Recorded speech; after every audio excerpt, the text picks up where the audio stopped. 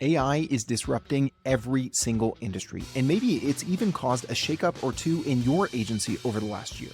But there's an opportunity that most agencies are overlooking when it comes to AI. That's according to today's guest, Richard Banfield.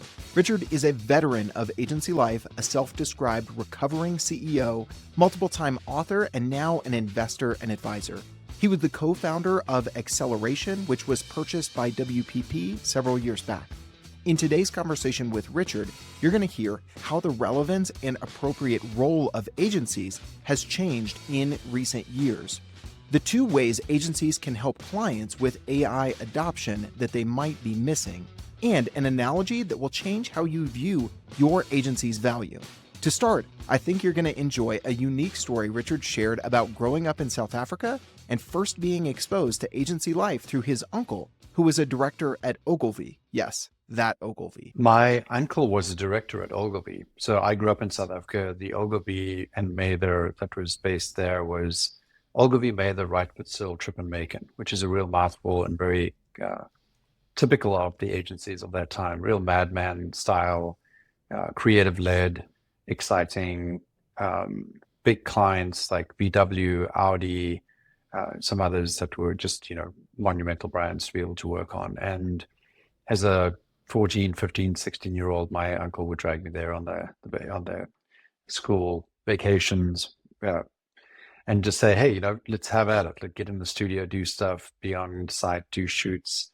I remember actually being in an Audi while they were shooting it, going around the racetrack and having, all the hair on my hair stand on end. Just amazing experiences for a young person to have. And I don't know why that informed so much of what I've done since, because I don't think I ever thought of it as being like a permanent career choice. Yeah, I never thought like, oh, I'm going to join an agency, but I was a creative person. My mom is an artist and a teacher, and my dad's an entrepreneur. And I just kind of thought, well, yeah, I guess we'll do something along those lines. Actually ended up going to school to be a marine biologist and really thought that I would find my place in the world there, but was talked out of it by one of my supervisors who realized that I had the kind of personality that probably wouldn't do well in a subterranean lab day in and day out. So yeah, that's where I ended up. And some, as you mentioned, a couple of circuitous things along the way. Spent most of the first 10 years of my life as an adult, should I say, just experimenting, just trying different things, trying different degrees, living around the world. I was a scuba diving instructor. I was a game ranger. I just tried all these different things and wasn't really sure. Had the benefit of a family that was just like, hey, go and figure it out. As we say, go around and find out. That was something that ultimately led to my experimental approach and pretty much everything I've done, and just, trying new things and having the confidence to do that, and knowing that, hey, even if you fail, there's probably going to be a great lesson that comes out of that. Having a family behind you that is willing to support you as you, try things, fail, succeed, a little bit of both, those sorts of things. And also those mentors, as you mentioned, who can kind of see your personality, see, you when you're still young and maybe don't quite have that self-awareness. I mean, I always say we're asking 15, 16-year-olds what they want to be when they grow up. And one, they don't even know what's out there. And two, they don't even really know themselves, let alone the pace of change out there in the world today. So that's a quick aside. We'll jump back into the conversation from there. Yeah, we'll just say that anybody who's considering a gap year, take it. Maybe even make it a gap decade. Yes, exactly. So, Richard, as we've mentioned, you have had several stops in your journey since those early days of getting exposure to agency life, through Ogilvy in co-founding your own agency to product companies. You and I were having an interesting conversation. You mentioned part of what drew you into agency life was being creative, having, kind of the artistic genes in the family.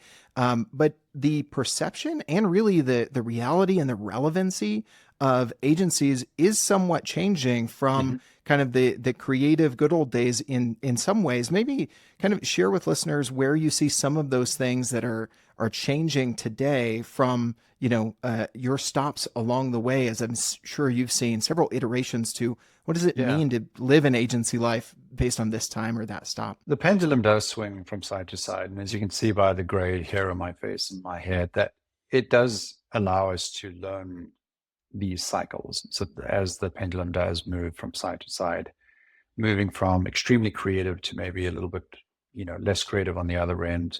I'd say more functional. We'll get to that in a second. But agency life has essentially always been the same, and that is the person who chooses to be part of an agency is choosing a role that is a proxy between their customer or their client and the marketplace.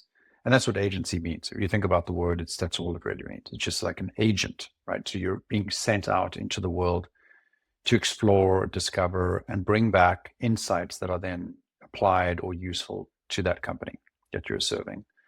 And so the agent is somewhat a time traveler, right? So you're going into the future, you're looking at what's there, you're bringing back that message and saying, some of this is relevant to you, some of this is not relevant to you. And here's what we think we could do with that information. And in the early days of my agency, a company called Fresh Tilled Soil, our future or our time travel, our insights into the future were around the web, right? Like, what will the web mean for your organization? And for a lot of companies, they knew that the web was going to be important, but they weren't sure what that would look like. And so it was our responsibility to take some of that risk and go out into the world and say, well, here are the things that we think are relevant. Here's how you should take that information and apply it to your particular context. And that's how the agent is then made useful, is that they're not just selling a product and saying, hey, we've made this thing, which is a generic solution to this industry or this marketplace, but we're here to serve your particular contextual needs, what your organization needs in your industry at this moment in time, and the available technologies and services. We think that we could help you make better decisions about how to employ that, whether it's a capital employment towards a big project, or whether it's a restructuring of teams, or whether it's just adopting a new technology. And that agent might be somewhat responsible for, say, the onboarding or training of those ideas or those new things. What we're seeing today, of course, is AI, right? So, like I said, I'm old enough to have seen the .com, the web 2.0, web 3.0, web 3, crypto in part of that story, and now AI. And it's not that different. Now, the cycles might be accelerated or they might change in frequency, but the pattern is quite similar. So AI as a concept or an idea or a change agent is also the responsibility of agencies or client services, in the sense that they need to be able to go out to their particular customer audiences and say, hey, look, we've been out there, we've tried a bunch of stuff, we've been using these technologies, we've run experiments, or we've built prototypes, and we are here to help you make better decisions about how you might put that into action. So I don't think the role of the agency has changed significantly. I think that's always going to remain the same. But what has changed is that a lot of companies realize that the things that made agencies very popular, especially digital agencies, in the early part of the century, have now become internal competencies, right? So you used to say, well, the cool kids with the great facial hair and the tattoos, those are the guys who know all the answers. We should go and talk to them. Now, companies would never, ever outsource something as strategic as digital product development or digital product design. They would always hire in for that. And then they might use agencies to help them with the projects that they have. So, hey, maybe this agency can help us with staff augmentation, or maybe it's a project that is a little bit more risky and we don't want to derail our core competencies or our core projects. And so agencies' roles have changed in that sense, in that we used to be the madmen who had the big ideas. Now, those big ideas, because they're so strategically important to these digital first organizations, and now soon to be AI first organizations, they have to live inside the company. But agencies still have a role in that we can push the boundaries. We can go out and be seriously creative. I think a big disappointment for me was probably around kind of, say, like towards the pandemic. A lot of agencies just stopped being creative, right? They started really just being execution focused. Hey, we're just going to help you run your campaigns. Hey, we're just going to help you make a thing. Why do you think that was? I think there was a lot of reasons. I think a lot of the creative people were being headhunted into organizations. So yeah, back to your point earlier. Yeah, you're really smart creative designers, your amazing engineers that were being offered 2 or 3 times the salary to go and work at Google or Apple. And so agencies just couldn't really compete for that. But I also think that they had bloated and they had got pretty big. A lot of the agencies were, probably carrying overhead that they didn't need. And they had to either make a decision as to like what they were going to do. Are we just going to be the implementers and the plumbers of this work? In which case you could keep your people busy and you could get a lot of work just being, technology integration. So then you would go to a company like a Google or an Adobe and say, hey, we will be partners to you. We'll be partners to Salesforce and we'll help you implement that huge, big, almost like ERP type implementation. We'll help you be your partner with your customer base. And so I think that led to companies like a lot of agencies making a choice just to be that kind of agency, that kind of plumbing or integration agency. Nothing wrong with that. Perfectly good way to make money, perfectly necessary thing, but a lot less creative than, say, they had been in the past. So I think those are some of the changes and some of the shifts that we're seeing. I do see, however, agencies now becoming very relevant again, especially with AI. There's kind of like, I had a falling out with agencies, if you will, in the sense of like I fell out of love with the idea of being part of the agency world. Okay. And that's actually one of the reasons why I decided to sell my company at the time. What I've seen is a renewal of excitement around how agencies can really deliver value to big companies and enterprises in primarily the form of like bringing the promise of AI to bear on this, this world that we're about to enter into. So we've got a very clear indication that infrastructure is being well invested in for AI, chips, fabrication, essentially the plumbing again, all that stuff is well supported, lots of money going there. I think some of the latest figures that we're seeing in that hundreds of billions of dollars towards that kind of stuff that enterprises are spending. And then the question, of course, is, well, where do they get that money from? Enterprises need to find that money to pay for that infrastructure. And they're taking that money out of their traditional software spend.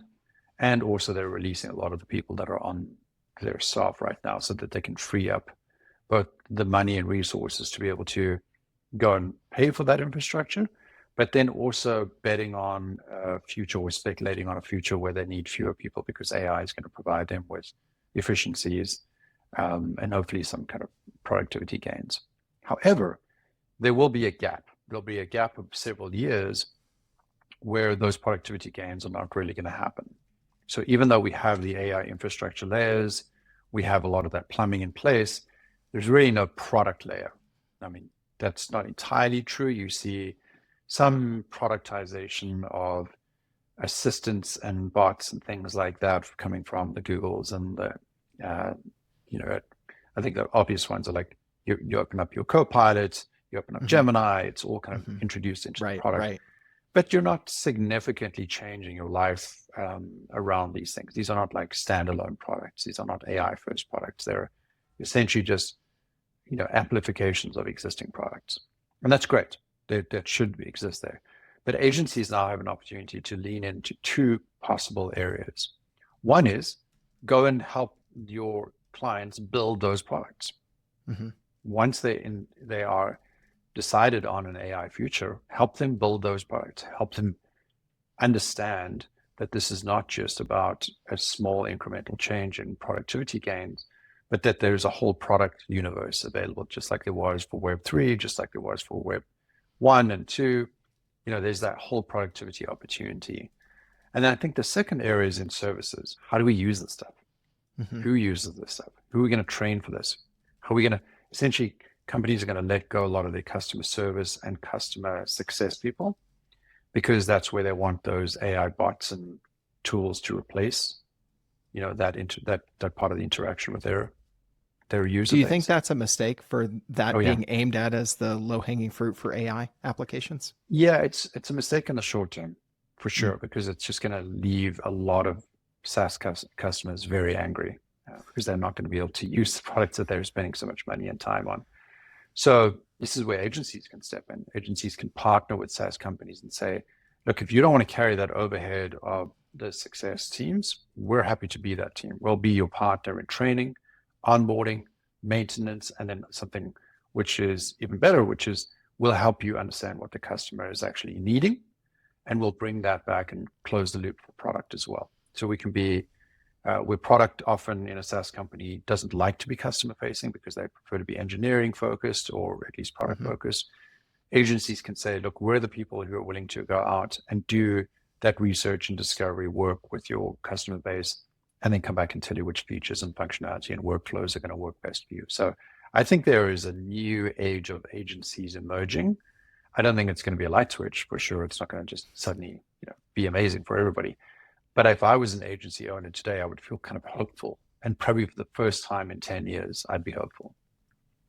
Yeah, coming back from that moment of falling out of love with agency life, as you mentioned there, I think that's really interesting what you were just saying there, Richard, about agencies stepping in to that CS and support work because it allows them to feed real time information and feedback back into the product team, back into the marketing team as well. I mean, both of those, if your agency, serves both of those functions in different enterprises that you're working with, being on those front lines where those teams aren't, right? I love your idea about the time traveler because, I already started to think about AI obviously as, okay, well, if agencies are listening to this and they're trying to step 5-10 years into the future, because you're right, they do have a different view of the market because they work with so many different companies, so many different industries. They can see these patterns that folks inside the product companies can't really see because they have that different vantage point. I guess my question for you is, you were a quote unquote time traveler at the point of when web was new and you were trying to serve as that role of, hey, I'm a time traveler from the future. I can see a little bit further ahead. Let me lead you by the hand into this new world of what the web is going to be. What learnings from that do you think agencies now can apply to leading their customers into the future with AI? We've got one applicable thing that you just dropped here, but kind of looking at those in parallel, what would you bring forward to today from that previous experience? A couple of things. The first is that agencies need to still consider themselves as thought leaders. And if that is part of the work, then that has to be built into the day-to-day as well. Whether you do it as a podcast, whether you write a frequent blog, whether you've got a newsletter, whether you host events. In fact, I would recommend you do all of those things. I don't think any one of those things is enough. I think you need to be doing all of those things because they appeal to different parts of the learning process, and invite your prospects and your customers and your community into that. One of the things that we did at Fresh Soil was that instead of spending a huge amount of money on marketing, we did probably the opposite of what you would do if you had like a big market. Let's say you had $40,000 or $50,000 a month as an agency to spend on marketing. We decided to actually spend that on at least on an incredible building, and a building that would be both an exceptional event space and also convey our values as creative people. So when people walked in there, it was literally like a church to creative design and design thinking. It was just like, wow, creative people must work here. This is a beautiful space filled with the most incredible things. We would have prototyping labs and 3D printers and all kinds of stuff going on, so that when our clients walked in, their immediate understanding was that this was a place where creative people worked, right? So that was an important signal. The second part of that was we then had a physical space that we could host workshops almost weekly, big events on a quarterly basis, and then big annual events as well, where we'd invite the entire community in and get top speakers, CEOs of leading companies to come in and talk about what was happening, top designers, top engineers talk about what they were building, what they were creating, so that not only were we giving the space for our prospects, our community, and our clients to understand that there was this ongoing learning opportunity, but they were also being networked with these people. We were literally being matchmakers, and bringing all that community together meant that we were associated with that. So we were associated with the thought leadership, we were associated with the community and the network that we were creating. And then we were also indirectly associated with the outcomes that they were going to create. And I think that's never going to change. Now, we may not all be working in big offices anymore. We don't need to necessarily have an expensive lease. I'm not recommending that. In fact, I think that ship has sailed. But what you could do is you could host in-person events. You could host all kinds of really interesting, intimate opportunities for people to get to know each other, understand your thought leadership. If it's your company, your agency, your platform, how are you delivering value? So I work with a company called Knapsack. This is a design system platform. And we started last year hosting intimate events for about 40 people. So we'd invite leaders from all our prospects and clients. And customers. How often are you doing those? We're doing them every month. Every month. Okay. Yep. And we're probably spending, on the kind of the low end, about, a couple of $1,000, and the high end, probably just over $10,000. If it's a really, big event, or it's a city like New York City, where, those kinds of venues tend to be a little bit more expensive. We've heard from everybody that's been there that they absolutely love those events. They can't wait for the next one. In fact, it's, when it comes to the end and we're having happy hour at the end, we got to kick them out. We're like, hey, listen, the event's over. And they're like, no, we don't want to leave. This is too good. Last call. And they, they're making friends, they're making connections.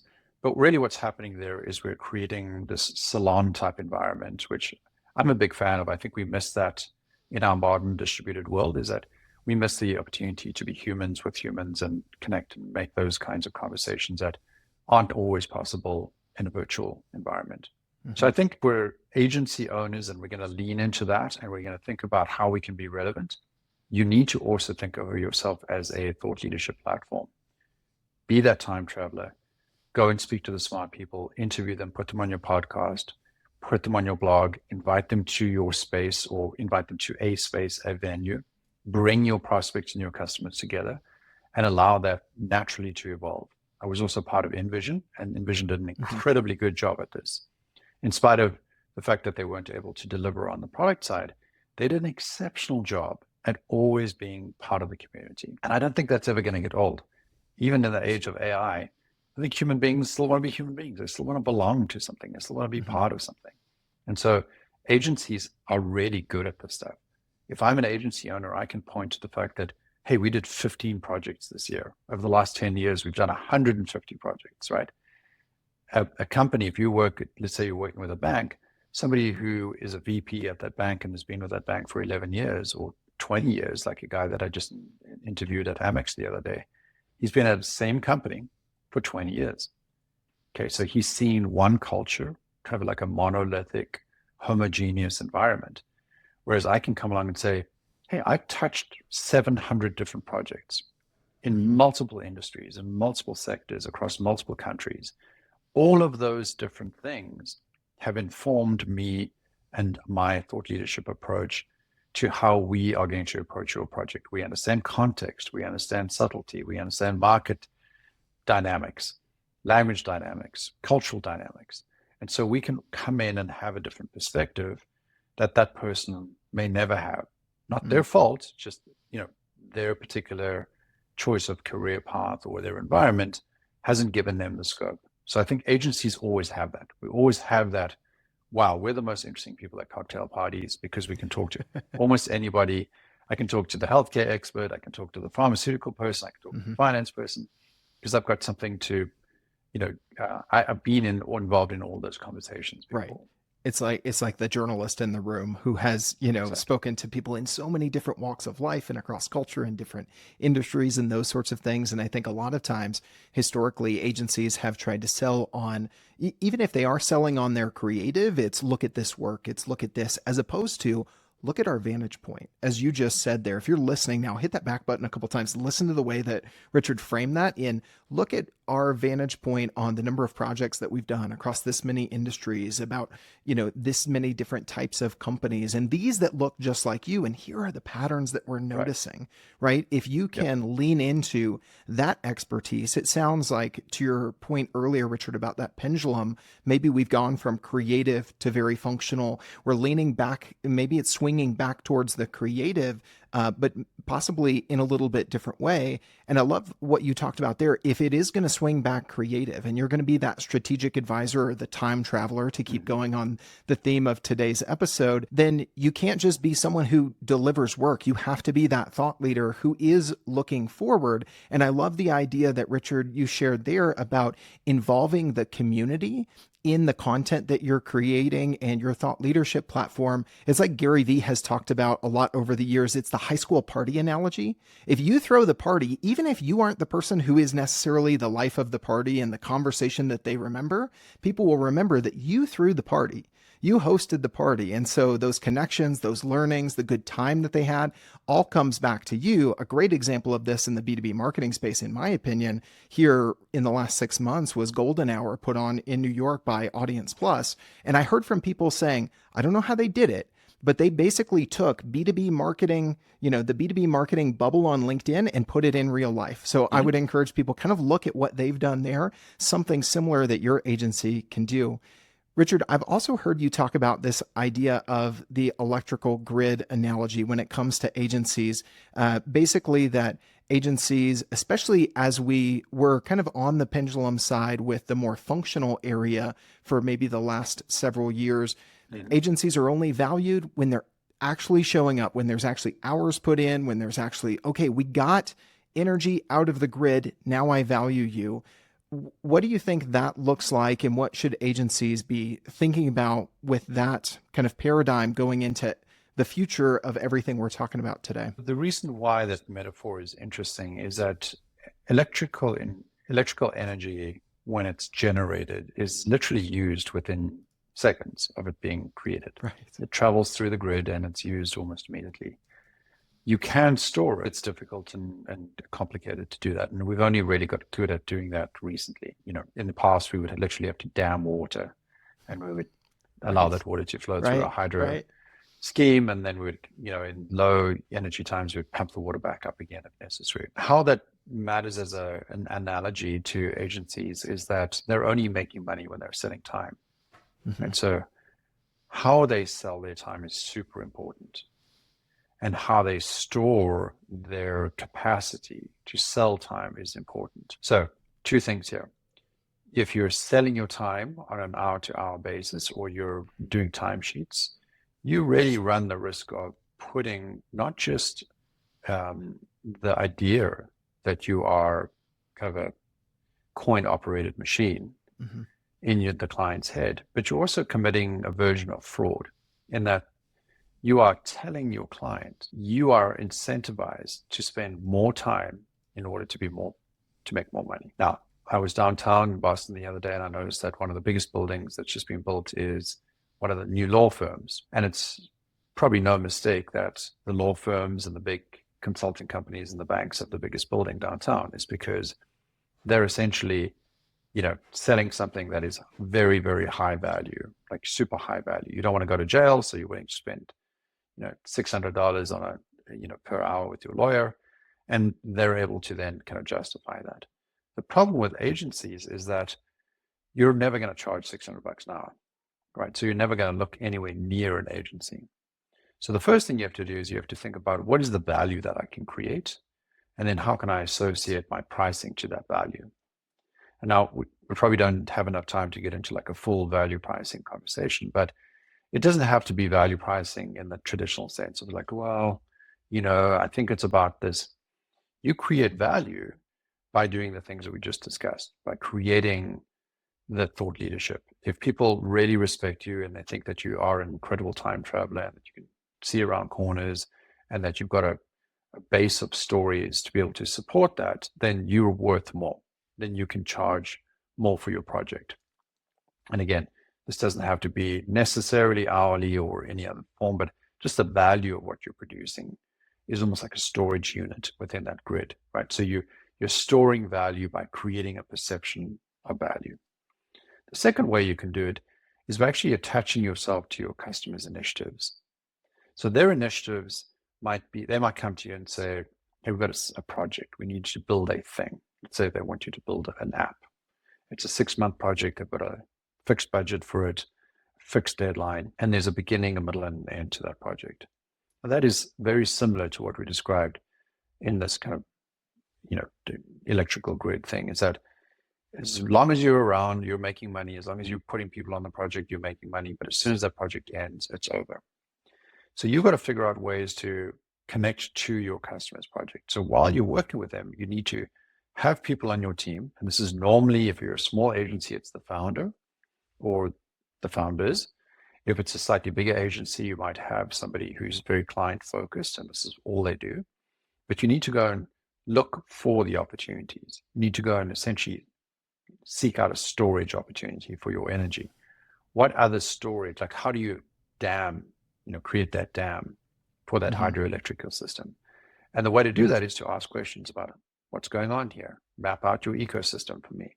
What's working, what's not working. Introduce me to other people in your organization. What's happening over there? Looks like that's a problem. We did an audit and we noticed that, these digital assets are crap. And we saw your campaign running on LinkedIn. We're wondering why you're spending, $100,000 on LinkedIn every month when we know that that doesn't perform as well as it used to.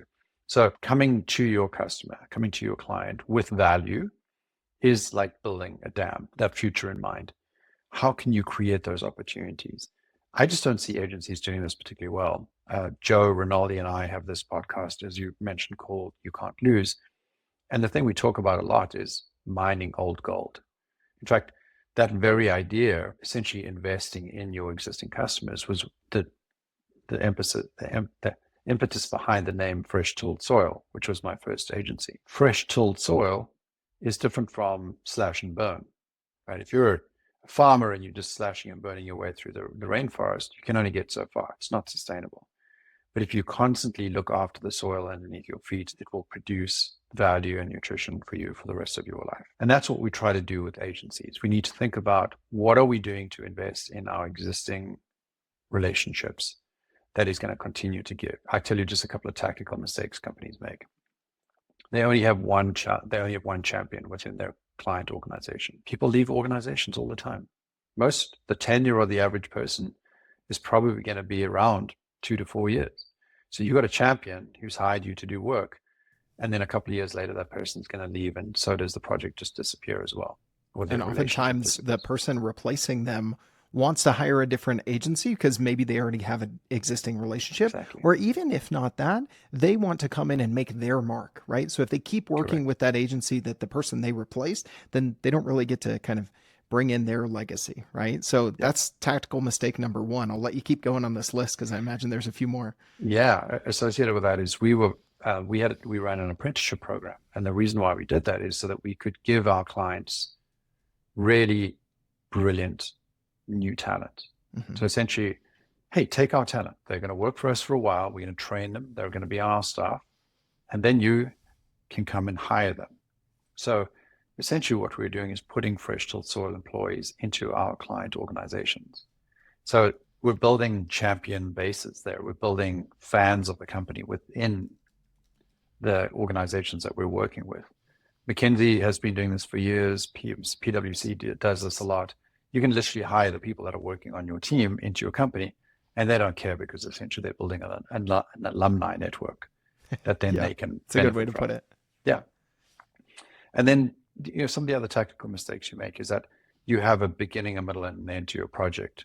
You should have a beginning for sure, and maybe there's a middle there that's somewhat defined, but there should be no end defined. You should always be talking about, well, let's see when we get there. Let's figure out how we're going to deliver this value and then also explore new value. Because what if we find real opportunity that we can take it to the next level? What if we discover a feature that we can build into this new product that we haven't even thought of yet? And we're going to do that through customer connection. I wrote an article called Should Product People Sell? Because it's the same kind of idea. If you're building a product, if you're making a thing, then you should also be out there selling it so that you can understand what it is that's valuable. And so building that value through your contracting, through the relationships that you build, through your championing, all of that stuff is damming that energy, right? That's all that potential energy that you're putting into your hydroelectric scheme to say, look, we've got all these massively good things happening here, and they're going to keep on giving, as opposed to the typical grid, which is I turn on the lights and then I turn it off. and back in the dark. Back in the dark. I love that. Creating. So those three, just if you're listening and you're not taking notes, that Richard mentioned, mistake number one, only having one champion within your client organization. Number two, actually not allowing your clients to poach your talent. I think you listed some really good ways that you could actually do that and have it be to your advantage. And then number three, not creating open-ended projects. If you missed our episode several weeks back with Chris Dubois, we talked about a lead magnet that pays for itself and 5 offers that every agency should have. And one of those that I loved, I think it was number 4 on his list, Richard, was the next offer, right? You should have in your mind and almost pre-baked, what are those extensions? If we deliver on this project and deliver great results, what's the next problem that we can solve for that client? Again, because of your experience as an agency doing this time and time again, it should be somewhat self-evident, but we oftentimes don't take the time to ask those questions and think, what would be the next offer that would make sense? So we'll link to that in the video if you're watching on YouTube, or the episode description if you're listening to the audio of Richard and I today. Well, Richard, before we get to our final 2 segments, as you mentioned, you're co-host of the You Can't Lose podcast. I guess kind of a question here you can take in either direction. We talked a lot about, AI impacting the future that agencies need to step into and help guide their clients by the hand into. I guess, is there anything in your conversations there with agency folks that you think adds to that conversation, or something else that's a trend that maybe is surprising to you, might be surprising to listeners that, okay, everybody's talking about AI, but also this thing over here that somewhat surprised me? I'll let you take that one whichever way you want. Well, I probably mentioned it before, but I think the human touch is really important and will always be important. Mm-hmm. And we're, at least this current generation is a part of this tech generation that is tech first, right? Where we grew up with technology and smartphones and screens and things like that. And we are probably quick to dismiss the value of human connection. And yet that's the one thing that we all need, right? The country is going through a loneliness epidemic, according to the Surgeon General. Loneliness is killing more people than almost anything else. It leads to early onset Alzheimer's, it leads to illness, it leads to all kinds of problems, even just compliance with medicine. If you've got a lonely person, they're probably not going to do what they need to do to take care of themselves. We're just really good at being social. We're really good at being connected. And so the opportunity here is to build things, whether that's for your agency, whether it's for your community or larger, what that bigger agency might be. Something like the Digital Bureau, SODA, all of these organizations, be part of something. Go to a summit, go to an event, hold hands with people and get to know them, get to understand what they're going through. I can guarantee you, there is no agency that is going through unique problems. We're all the same. We're always 30 days or 90 days away from bankruptcy. Everybody's got the same problems, right? I don't think that you can learn on your own, and I don't think you should learn on your own. So be part of the community, be part of something. If you're not sure where you can connect to other parts of the community, then just make your own community. Reach out to people locally. In my neighborhood, there's a guy called Jesse who puts a group together called the Hunting Club, which is just for the business development folks and client services. And the Hunting Club people are sharing their stories, like, hey, what are you doing? How are you making this happen? So I think be part of something. It's easier to navigate the hard times as well. It's easier to recruit. It's easier to be recruited. There are a lot of advantages to being part of something. And when you're an agency owner, it can be heads down and it can feel like a full-time job, and that you don't really get to do that. But I don't think that there's any downside to being part of something, whether you make it yourself or whether you just join an existing group. So I don't know if that's, kind of tactical enough, but it feels like solid advice, and it does feel timely for a lot of folks right now that are feeling that. So I think you're spot on there, Richard. All right, with that, we're going to jump into our Fast Five, our rapid fire round, and then our Good Shout, give you the opportunity to thank or mention someone who's had an impact on your journey in and through agency life, Richard. Number 1 on our Fast Five, if you were day-to-day running an agency and someone gave you $10,000 a month to better run the agency, and you could use that in any place in marketing and sales and operations, any way within the agency, where do you think you would use those extra funds? Oh, Logan, I've already answered this. I'd put it Yeah. into community. Mhm. I'd run events. I'd bring the audience that I was trying to reach much closer to me, whether that was hiring somebody like you and making them in charge of content creation, could be a podcast. We at Think Official Soil, we had 169 episodes of a podcast back Wow. in like 2010 or 12 or something. This is before podcasts were even a thing. Yeah, that's clearly there's no other answer to that. Yeah. I wouldn't. I I knew you were wouldn't. going back I there. wouldn't spend it Yeah. on technology. That's for sure. And congrats episodes. I know from my experience with a podcast agency that most podcasts don't make it past episode 6 or 7, pod fade as it's known. All right. With that podcasting aside, number 2, Richard, what are some of your all-time favorite books, especially those for agency folks who are either running their own agency or trying to lead a client service team? Wow, I think the books that made a difference to me early on in my career, partly just because I didn't know anything about business. I was entrepreneurial, but I don't think I really understood business. And even though I went to school and I studied for several years, it's too theoretical. And I think the people that really helped me understand business were people like Charlie Munger and Warren Buffett and Jim Collins. These are the people who, they speak from a real position of strength. They've done these things. They've created these things. They're trying to be less stupid rather than really smart. And I really like that idea. We very often complicate our relationship to business. And so we reach out, to others and we read books with the hope that there's that magic bullet in there. And the reality is, I don't know if there is a magic or silver bullet. I don't know if there is a magic wand for running an agency. It's all context specific. But what you can do is just make it less complicated. And that means keeping it simple. You don't need that fancy CRM, when you're a 2-person company. Wait a little bit longer. You don't need a fancy office until you really need a fancy office. Just don't complicate things. So keep it simple. Try and read less. I know that sounds like a silly thing to say, but there's a lot of self-help porn out there. There's a lot of business books that are claiming to be, that silver bullet. Mm-hmm. So just be careful. Yeah. All right. Number 3, Richard, is my favorite on the Fast 5. What's one mistake you've made in running your agency that you're never going to forget? When you deliver bad news or you deliver news about the future or where the company is going, you have to precede that with a lot of one-on-one conversation. So what I made the mistake doing is that we were making a strategic shift and I got everybody together and I'd spent weeks, maybe even months preparing a big presentation and I stepped everybody through the slides and I was confident about it. And I had this graph where, the trajectory of the company was kind of going up and then kind of like suddenly falling off because of some market conditions that were changing. And I said, look, if we don't change, there's going to be a fiery ball of death and the whole company will start to disintegrate. But, we can make that, we can choose a different future if we make these things, if we choose different things. And what everybody heard was fiery ball of death. They literally, everybody in that room just stopped listening after that slide.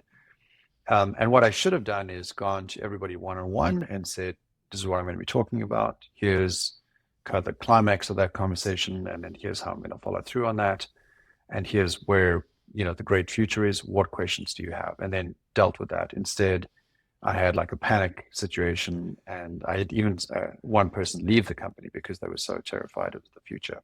So yeah, bad news, one-on-one, and then to the group, or just changes in general, transformation, just in general, just lots of one-on-ones before you do anything. Just like, you would if you had a partner or a spouse. Yeah, exactly. Don't just announce, we're moving to Spain. Yeah, exactly. I was going to mention, we'll put a link in the video and again in the episode description. If you missed it several months back when we had Rob Sales on to talk about making change management easier for agencies, he literally brought up that analogy, Richard, of you wouldn't just have movers show up to your house and start boxing things up and your spouse look at you and say, why are they here? Right. But yet we do that with our teams within the agency. So you guys are definitely like-minded. All right, 4 and 5. I often group together, Richard, because they're two sides to the same coin. What's the one hardest part about agency life, in your opinion? And number five, what do you think is the best part about agency life? For sure, the hardest part, and I won't believe anybody else who says anything different. A cash flow is going to give any agency owner more sleepless nights than anything else, because of exactly what we just discussed. We are essentially an electrical grid. We're generating and selling, or generating and using our creative power in exactly the same moment. There is no storage for that. There is no way to do what companies that sell software, for example, and have ARR, or this, as we call it, annual recurring revenue. That's much more difficult to create an agency. It's not impossible. You can sell maintenance contracts, but very difficult to create recurring revenue, and therefore cash flow has to be your number one concern. You should always be thinking, how do I put more money away? How do I spend less?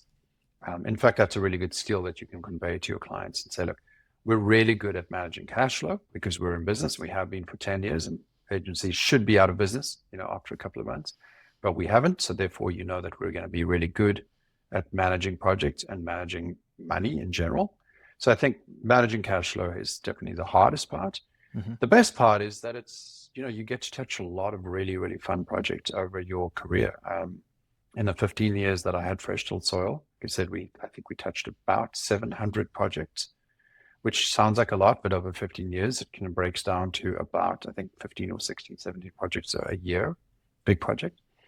And then there's, the opportunity to work with all these different industries. You just get to, 1 minute we work with GE, and the next minute we're working with that big company in Cupertino that I'm not allowed to say we work for, all of these different things. And, we had these advantages in that we weren't just working on a single project. So if you've got a little bit of ADD, perfect place to work. If you want to do creative work and you want to build out portfolio quickly, there is no better place to go. And I think it just makes you a better manager, because things are happening at a higher cadence. Kind of like going to the gym. If you go to the gym and you do a single rep, and then you put the weights down and you're done, well, you've done one rep. But if you're an agency, you're doing reps every day, right? You're doing the same project management, the same creative management, the same conversations. You're doing them in different contexts every single day, and you're learning so much more. And there's the neural advantage of just doing lots of reps, lots of practice. So yeah, that's the best part. I feel like I've got an MBA every single year that you're full of great analogies too, Richard. I love, we talked about the time traveler, we talked about the power grid. Now we're, drawing an analogy to going to the gym and those sets and reps. Great stuff today. All right. As we always do, Richard, we want to give you the chance to give someone a shout out who's impacted your career journey in and through agency life. So who do you want to mention today? Well, I would be remiss if I didn't mention my late uncle. He was the one that kind of, put that idea in my head that this would be a creative place to work. And like I said, being able to sit in the studio with these incredible designers and artists and creators and producers, work on advertising commercials for big brands, and really just be inside the room when all that crazy stuff was happening. I think it was special. It was, a real moment to impress on a young person, that these things actually exist and that there's a space for creative people to go and do the things that they can do. And so, yeah, I hope that I've done that as well. And I've mentored others, and in some cases, maybe even talked them out of making the wrong choices. But yeah, there's, my uncle would definitely, That's fantastic. I love that we've had so many different mentors and coaches and friends and co-founders mentioned in this segment of the show. But it always makes me smile when someone mentions a family member, a parent, that sort of stuff. So I really like that way to round out the conversation today, Richard. Speaking of that, if anyone isn't connected with you yet and they've enjoyed this conversation as much as I have, where would you point people to stay connected and make you part of their community, going back to your advice earlier? I'm pretty active on LinkedIn. I think that's the kind of the least offensive of all the social media. I do have an Instagram account, but that's really just for my travels. I travel a lot, so I keep almost like a diary of where we've been and what the family's doing. But yeah, LinkedIn's the best place. I don't have an X account. I don't have a Facebook account. So yeah, those are the best places to reach out. All right. I will respond. Unless you're trying to sell me something, I'm definitely going to respond to you. I might take a couple of days. So apologies in advance if I'm not like, responding in real time. All good. I think the community building that you mentioned earlier, people can take one more step there. I've enjoyed every conversation I've had with you, Richard, both recording here on the show and offline. So I want to encourage you, if you're listening to this, you enjoyed this conversation. Richard is a great veteran of agency life to connect with. So go and do that. And Richard, thank you so much for joining us on the show today. Oh, you're welcome. Thank you, Logan.